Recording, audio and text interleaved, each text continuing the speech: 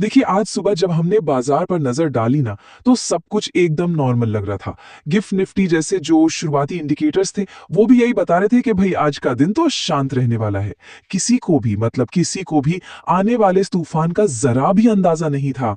Dollar में जो ये जबरदस्त मजबूती आई है, वही कमोडिटीज, खास तौर पर सोने और चांदी में आई इस भारी गिरावट का सीधा सीधा कारण बनी। डॉलर इंडेक्स 97 के एक बहुत ही जरूरी लेवल के ऊपर ट्रेड कर रहा है। आपको बताएं, फरवरी 2022 के बाद अपने सबसे निचले लेवल पर जाने के बाद डॉलर ने ये जो जबरदस्त कमबैक किया है ना, यही बाजार में मची इस पूरी हलचल की असली जड़ है। तो अब अगला सवाल ये उठता है कि भाई डॉलर में ये अचानक इतना बड़ा उछाल आया तो आया क्यों?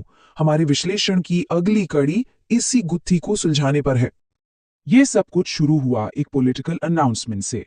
डोनाल्ड ट्रंप ने अगले फेडरल रिजर्व चेयरमैन के नाम का ऐलान किया और बस यही वो चिंगारी थी जिसने पूरे बाजार में आग लगा दी। देखिए, पूरी कहानी का जो निचोड़ है वो यहीं पर है। बाजार को उम्मीद थी कि फेड चेयरमैन केविन हेसेट बनेंगे और माना यह जा रहा था कि वो ट्रंप के कहने पर ब्याज दरें घटा सकते हैं। लेकिन असल में नाम किसका आया? केविन वॉश का। और इन्हें इन्फ्लेशन हॉक के नाम से जाना जाता है। मतलब ये महंगाई को लेकर बहुत ही ज्यादा सख्त हैं। इनके आने का सीधा मतलब था कि अब ब्याज दरों में कटौती की उम्मीद तो भूल ही जाइए। और बस इसी एक बात ने डॉलर को पंख लगा दिए।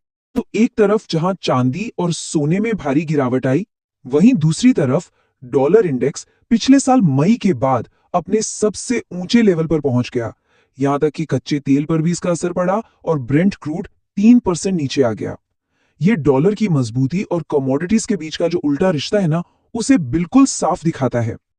देखिए, आने वाला हफ्ता एक्शन से भरपूर रहने वाला है।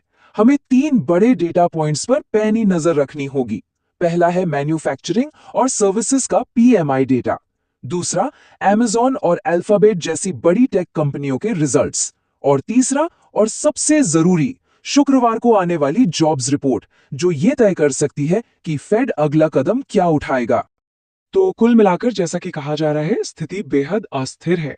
ये जो अनिश्चितता का माहौल है, ये सिर्फ कमोडिटी बाजार तक ही नहीं है, बल्कि वॉल स्ट्रीट के लिए भी ये एक बहुत ही उतार चढ़ाव वाला सेशन हो सकता है।